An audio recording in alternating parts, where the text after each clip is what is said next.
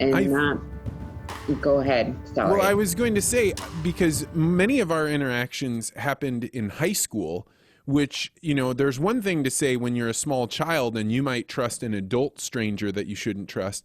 But when you're around children, it's, or other young people, having trust when you should be more, kind of cautious. You don't really know if the kids are embracing you or making fun of you. How was the experience of being a high school kid with so much outgoingness and wanting to be so friendly in an environment where kids aren't always nice to each other? It was very tough for me. There was a lot of people that did not understand or were not caring about me. So there was a lot of different issues that I faced with high school. But like the first year, my brother Jake was there. He was a senior in high school. All his friends, he told them about me, and they all took me under their wing, basically. If something happened to me, if I was in trouble with someone or being made fun of or whatever, they would step up. No matter who it was, they would step up and defend me and help me get through that situation. And that was always something that even for Matt, when he was younger, he used to walk me home from school. And I don't know directions. So if you were to tell me to go a certain direction to get to this certain place, I wouldn't know, because that's just part of the Williams syndrome. Even getting out of the car in a parking lot, going into a store, and then trying to come out and find the car. My mom can go one way, I can go another way, thinking that it's the total opposite direction, and she has to usually turn me around to get me to where the direction of the car is actually at. It's so interesting that you say this, Rachel. I had a guy on the podcast about a year ago who got into a fight, and he hit his head on the ground during the altercation, and he lost his ability to have a sense of direction. And he talked in great detail about how we all take for granted that we know where we are at in the world, and that when you don't know where you're at, or when you can't follow directions, then you're constantly in a state of being lost, or constantly in a state of needing other people to support you through the world. What has that been like for you? Is that your experience? Yes, it has been. Going through the high school times, I had a lot of different experiences, but I was very blessed and still am blessed to have a couple of really good friends that have really helped me through some really tough times. And Jody Dennis is one of them.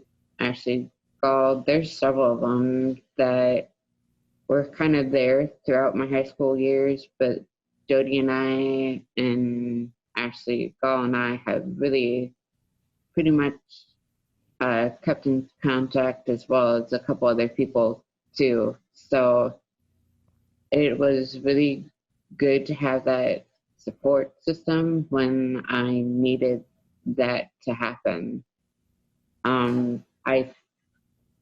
Go ahead. Well, I was going to ask, you had said in the beginning that Williams syndrome is very rare.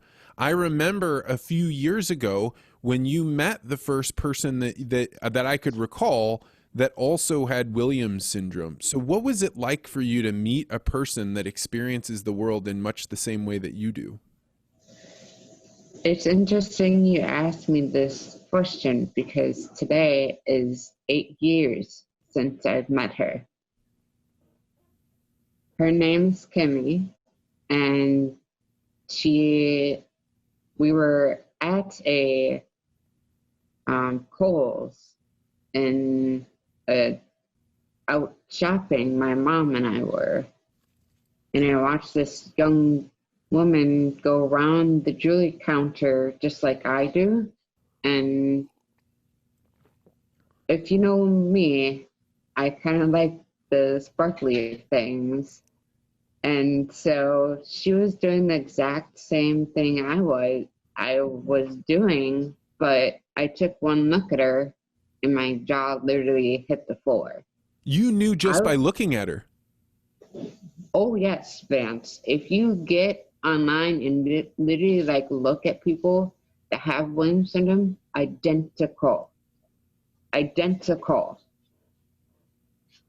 Fascinating. And so what was it like to see someone that was like you for the first time?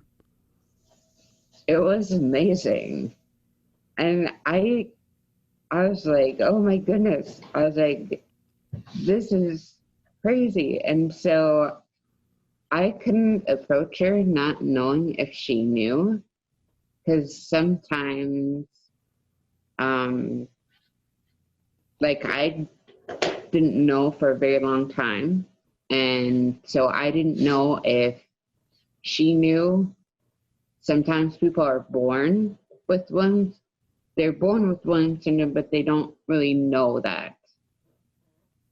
But so I went to go find my mom, and I told my mom, there's someone in this store identical to me. She has Williams syndrome. I know she does. And my mom said, well, where was she with anyone? I said, I didn't see anyone with her. And so I went looking for her, couldn't find her anywhere. Oh my gosh, this had to be so much tension. Yes, it was.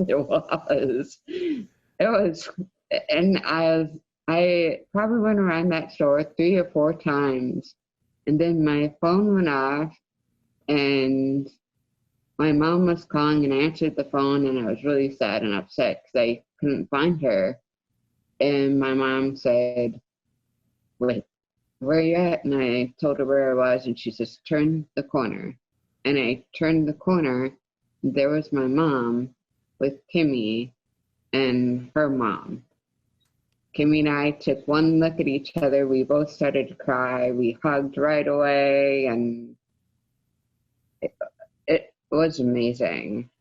And tell us about that feeling, because Rachel, the experience that you had there is one that is universal in the sense that we all feel alone in some way, but totally unique in the fact that most of us aren't searching for 1 in 20 or 1 in 30,000 people all around the world. So when you say you're hugging and you're crying, what's going on inside of you? There's joy. It was joy. It was just astounding.